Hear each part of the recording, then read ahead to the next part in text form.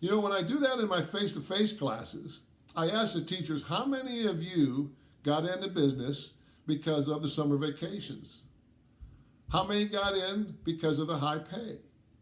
How many got in because of the tremendous respect that educators have in our communities today?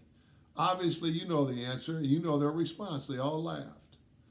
Then I asked them, how many of you got into business and gave some kind of response similar to this? I got into business to help young people. I got into business to help young people become successful, happy, productive adults. I got into business because some educator had a tremendous influence on me, and I want to do that same effect or have that same effect upon young people. Almost every educator puts his hand up. Matter of fact, I don't know of any time an educator didn't put their hand up to give that answer. You know, being an educator is a great opportunity. What we do with it is up to us. But in order to take advantage of that, there's so many things that pull us away from what we got into business in the first place. We got to continually go back and reflect on why we got into the business and reconnect to that part of us. Okay, whole new section. In your PowerPoint is a statement that says you can improve the performance of your students by having a plan to motivate them and improve their attitude. If I would say there's one message that you should get out of this entire class, or that I hope that you get out of this entire class, it's that message right there.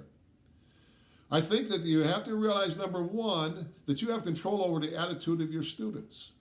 It's not something that they walk in and you have absolutely no control over. You have the ability to motivate your students. But the second key word in that statement is just as important. You have to have a plan for it. I hope that when you finish this class, that you are able to sit down and say, here is my plan for motivating students to have a better attitude. You know, I'm going to talk a little bit more about master teachers, but I just love master teachers. What makes them successful? You know, I think it's not what they know, whether they got great straight A's in college, how many years they've taught.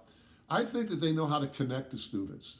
They know how to motivate students. Now, whether consciously or subconsciously, I think they all have a plan. It just doesn't happen. Those master teachers have a system they use to motivate young people. If you believe like I do, that the key to a student's academic performance is their attitude, then why don't we spend more time on attitude? Why don't we make sure that we have a plan to develop it? I think that there should be some major changes in our school systems to allow teachers time to develop attitude. Time spent on attitude is time well spent. You know, a great friend of mine, Tom Webb, was the principal of a lot of schools in the city of Dayton. And he always had his buildings overachieve. A lot of people thought that they were schools that should not achieve, and his students achieved and went on to great things. Tom Webb had many things that made him successful, but one of the main things he did was the first 2 days of school, he told teachers, don't open any textbooks. All I want you to do during those first 2 days of school is to connect to your students. Find out ways to motivate them. Find out ways to get their attitude where you want it to be. And then on day 3, you're allowed to start using the textbooks. All right, time for the next exercise. Please take out your worksheets and answer this question. What was the best year that you had as an educator and why? What was the worst year that you had as an educator and why? Okay, pause the video. I'll connect you with when you get that.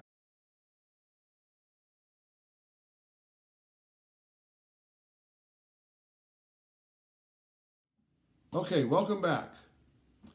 You know, I do that again in class, and I ask, what made the best year and what made the worst year?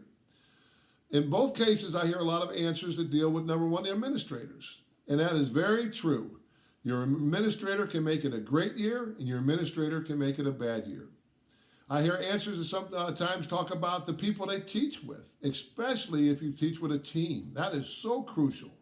So I hear answers where I had a great team that I worked with, I had a team that I didn't like. I hear things sometimes about new construction in building a new building, moving to a different grade level, moving to a different building, affecting it in a positive or a negative way. A lot of people respond their first year, a lot say it was their worst year because of all the challenges they face. I've heard people say it was their best year because of the excitement and passion that you bring to the teaching profession. Either way, I get a lot of those answers. And the first thing I tell all the students in the face-to-face class is this: those are all situational things. If you're going to stay in education for a prolonged period of time and make it a profession, you're going to have administrators that are good administrators, and you're going to have administrators that are bad administrators. You're going to have people you work with that you enjoy and bring out the best in you. You're going to work with people that you don't enjoy and bring you down. You're going to have buildings that are great. You're going to have buildings that are challenging. You're going to have situations that are great. You're going to have situations that are challenging. Even your personal life has a huge effect upon your professional life. You're going to have times in your life where everything is great. And you're going to have times in your life where things are challenging. A philosophy my wife Joni has is, you're only as happy as your most unhappy child. And that certainly is true. So a lot of times we don't have control over the happiness in ourselves. If you let situational factors control your happiness or your unhappiness, your success or your failure, your entire educational career is going to be this: up, down, good year, bad year, whatever. It's as simple as that. You can't control those things. So if you let them control you, you are subject to good years and bad years. Well, Jim Place has a theory. I think that the most important factor affecting your success and happiness as a teacher is the attitude of the students. Now, here's the big thing. You have control over that. The biggest mistake that educators can make is to not realize how much control they have over the attitude of their students. You're giving up one of the most important keys to success if you take the attitude, well, here they are. They're here for me to instruct them. Take out your books and let's get going. You know, they are there because they have to be there. They've been assigned to your class. Physically, they're there. Emotionally, they're not there until you get them there. You know, the biggest mistake that you can make along those lines is to assume that every student has a good attitude, that every student knows what a good attitude is. And we're going to talk a lot about that. I'm a great believer in a theory called the 10-80-10 philosophy. And what that means is that 10% of any group, of your class, of your school, of your staff, of your friends, of your family, of your college friends, 10% are very positive people. It's always a good day. Things are always wonderful in their lives. They could come to work and have a flat tire and have to change it in the rain. And the night before, their special person they were dating broke up with them. And they show up to school and you say, how's your day? And you say, it's going to be a great day. Everything will be okay. As simple as that. My wife, Joni, could be the president of that club. She's always positive and it's wonderful to be around her. How many of you can think of someone right now that you would identify in that 10%? They're always positive. You know one thing about that group? You can't screw them up. In other words, they're going to be good in your class no matter what happens. Here's the next group. 80% of the students are just nice, normal students. What I call good, normal kids. They don't have to be the captain of a sports team, the lead in the play, the head of the band, the valedictorian, or even a straight A student. They want to come to school, they want to learn, they want to be successful in life.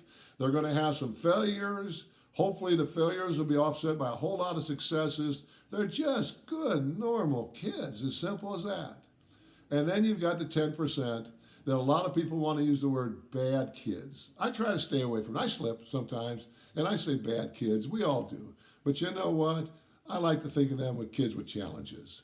They really got problems. They really got issues. They cause problems in the school. They are a challenge to your classroom, just as simple as that. You know, when I was at Hamilton, I got to know just about all of the 2,800 students in Hamilton High School, at least by recognition because of the activities that we did. I would love to get there, the very first person to walk in the doors, and I would stand in the doorway, and as they walked in, I would go, nice kid, nice kid, nice kid, nice kid. You know what? The 80% really is true. There are a whole lot of just nice kids. Think of your class, and think of how many of them are just nice kids. Then all of a sudden in comes Denikos Allen. And you go, oh my gosh. How can a young man be that special, be that much of a leader, be that focused? How is he be that way? It's just amazing. You just appreciate him. And then in he comes, Big Tyler. Big Tyler's goal was to make a female teacher cry.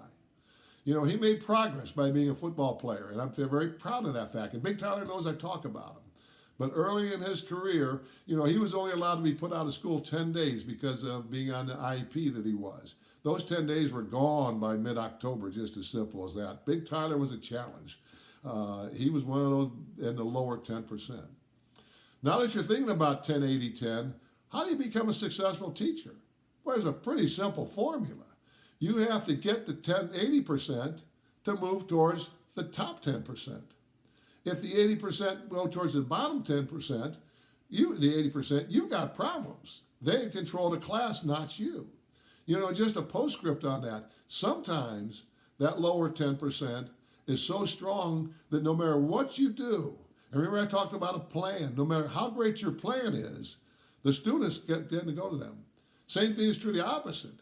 And sometimes that you had nothing to do with that being a great class. The leaders were just so strong that the students went that way. Well, listen, if the attitude of the students is so important to your success and getting them to go towards the positive, then why don't we spend more time on it? Why don't we make a plan for it? That's something that I believe in, and that's something I hope for the rest of this class we focus on, is developing a good attitude in the students that you have. It's the key to success and happiness in your class. To reflect upon this, think about high school. Second period, a group of students are together and they're wonderful. They achieve, they perform, there's no discipline problems. The teacher says, I love those kids, they're great kids. They go to third period, they're terrible. They underperform, they don't learn anything, they cause trouble. The teacher says, I can't stand third period, they're just terrible. Wait a minute, they're the same kids. What's the difference between the two? It might be the subject matter, it might be some other, but you know what? There's one thing that's constant, it's the teacher. In second period, they buy what the teacher's selling. In third period, they don't. Just as plain and simple as that. Why are they buying what the second period teacher's selling? Well, is it their knowledge of the content? Maybe. Is it the content itself? Maybe. Are there other circumstances? Maybe. Why is third period such a rough period? You know, is it the teacher's lack of knowledge? Probably not. Is it the content? Probably not, but possibly. The one constant is the teacher. In second period, the students are buying in. They have a good attitude. As simple as that. In third period, they have a bad attitude. You know, it was so important. Here we go again. Why don't we spend more time on it? Why don't we develop a plan? Why isn't it a higher priority to our entire school system? You know, it's just not the way the schools are set up, and I'm going to talk more about that in great detail a little later in the class. You know, what makes those teachers in second period so good? They know how to win the attitude of the students. It's a skill that they've developed. It's why they're master teachers. If you said, Jim Place, correct the mistakes in American education, what would you do? The first thing I do is find a way to incentivize, don't ask them to do it for free, the master teachers to help the teachers that are struggling. You see teachers walk out at 3 o'clock every day and their shoulders are back and they say, I had a great day today. I'm energized. I just love being around the students. And then you see teachers in all reality that walk out of school every day, their shoulders slumped. They look like they got a 50-pound weight on their back. They look like they've been beat up by a baseball bat. They're going to go home and do 3 hours of lesson plans, and they're going to go to their spouse or their family at home. What am I doing? They just don't get it. What's the best way to change it? How about this for a simple solution? We incentivize a way for the master teachers to help and mentor the teachers that are struggling, just as simple as that. I think it would have the biggest effect on education that we could do in America. How about if we took all the money that we're spending on testing and put it into character education? And the first pillar of character education would be this. Let's find a way to incentivize the master teachers helping the teachers that are struggling. You know, in America today, there's two different statistics. The federal government came out with a statistic that said that 49% of teachers leave the profession within 5 years. Now, the Washington Post challenged it and said that the figure's more in the high 20s, low 30s. Either way, somewhere between 35 and 50% of teachers leave the profession in the first 5 years. I think that's really sad. Think of some teacher coming out of Wright State, coming out of UD, coming out of Miami, and they're full of vim and vigor and passion, and they're going to be great teachers. Half of them are going to quit within 5 years, somewhere between a third and a half. That's sad. I don't believe that very many of those teachers quit because of situational things. You know, they got a different job, they move, whatever. I think Jim Place thinks that the reason the majority of those teachers left is because they felt a tremendous disconnect because why they got into profession to help young people, and for whatever reason, that isn't happening. The reasons could be the emphasis on testing. The reasons could be situational things in their buildings. But I think one of the biggest reasons is they haven't found that magic formula to connect to students. We got to help them. These are great people. Why can't we do that? You know, master teachers, maybe take it on your own. Maybe you say, whether I'm incentivized or not, I know who his struggling teachers are, and it may not have anything to do with their years of experience. I've seen teachers in their 25th and 30s, some years, that leave there every day beat up. Can't somebody help them? I've seen teachers in their first 5 years that become master teachers because they connected the teachers so well. Let's get the master teachers to help those that are struggling. You know, let's go back to that group of students that I told you about that are lower 10%. You know, they're always negative. I'll give you an example. How many can think of a person that would say this? Well, I won the lottery yesterday, but it was only 20 million. You know, 2 weeks ago it was 30 million. Only happened to me. How could that happen to me that I only won $20 million? There are people that are negative.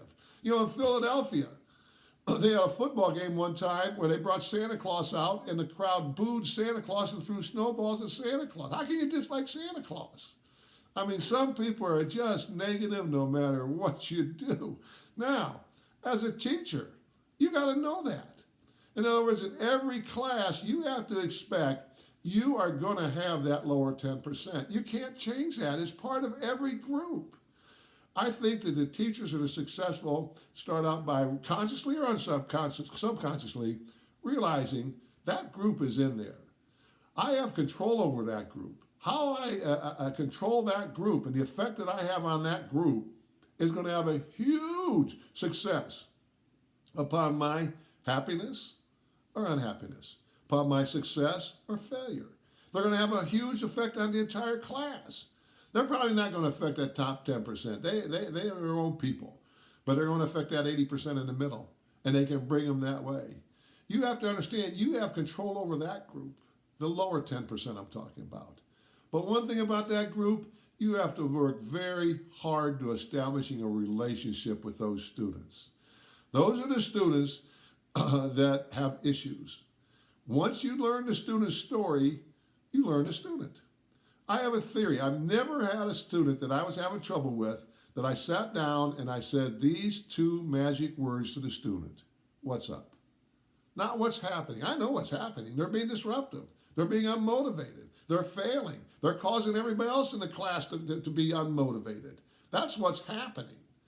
Now, here's a huge difference. The huge difference is what's up. What's up means, why are you acting that way? What's causing you to do that? Tell me what's going on in your life. Why are you unmotivated? As simple as that. If I can get a student to open up, and this is personal experience, and tell me, this is what's going on.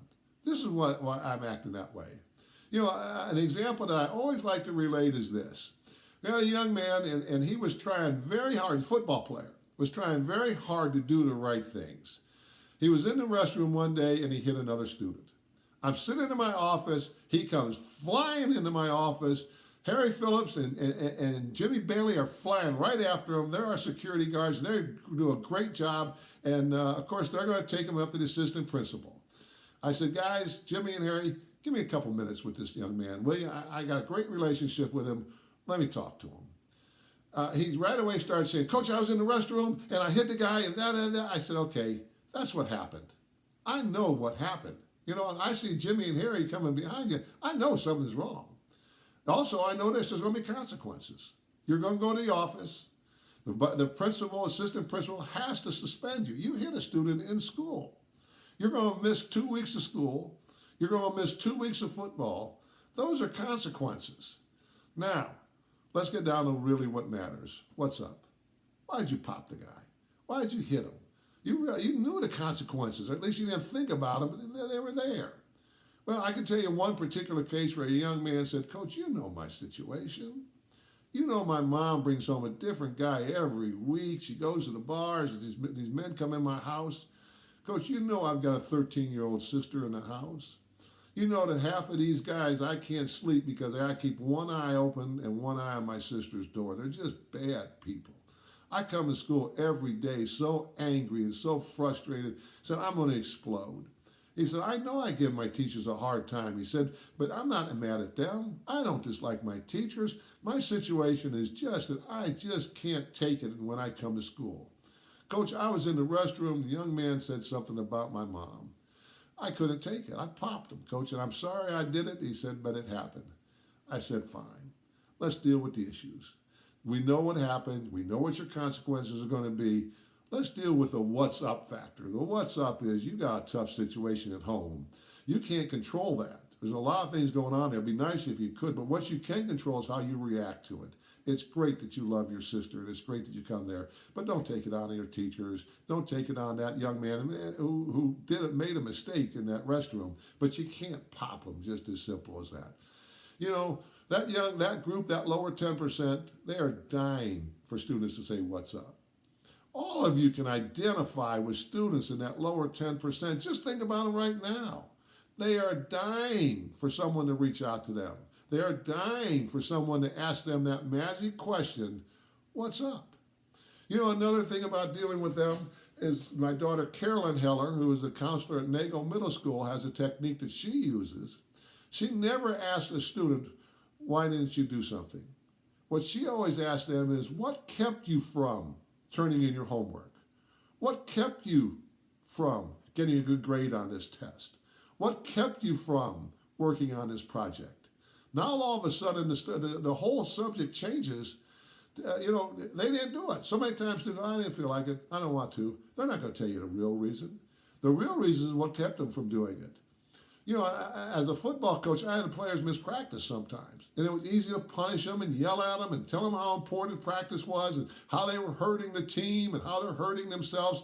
They know all that. You know, the magic question, and I learned this from Carolyn Heller, that you should ask them is, what's keeping you from? You know what? All those students you have, something's keeping them from having some success. A common answer that my players used to give me in many situations was this. Coach, my mom works. She had to work overtime. Nobody could take care of my younger brothers and sisters. This would be during two-a-days, during summer practices. I had no choice. I can't leave a 5-year-old and a 3-year-old home alone. I had to miss practice. Wait a minute. Now all of a sudden it goes from being angry at a young man for letting his teammates down and letting himself down and really letting the coach down and not coming to practice, to all of a sudden you go, well, let's figure out how we can do about that situation. Let's maybe get calls to some of your relatives. Maybe we can talk to mom and she can figure out ways. Mom's got to work overtime. That's going to happen. She's trying to be the best mom she can be, or dad, or whatever the case is. But you're in a situation where you had to make a decision, and I support your decision. That was the right decision to make. Well, you know what? That bottom 10% is in your class. How you respond to them is up to you. You know, they're dying for someone to establish that relationship with them. And the more you can do that, the more successful you're going to be. You know who they are. They stand out, as simple as that. You know, something I like to tell educators is this. What is your legacy? What are they going to say at your funeral? Think about this. At your funeral, and I hate to bring that up, pretty morbid topic, but just the same, it's a good reflection. At their funeral, are they going to talk about how much money you had? How many cars you had? How big your house was? How many friends you had? How much fame and notoriety you obtained? I hope not. I hope not.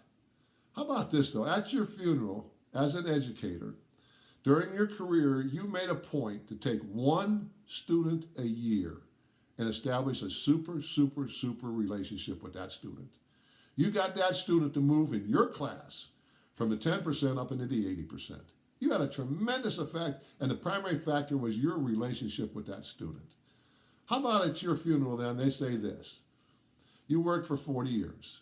There are 40 people walking the face of the earth who are better people, have a greater chance for happiness, have a greater chance for success because you were in their lives.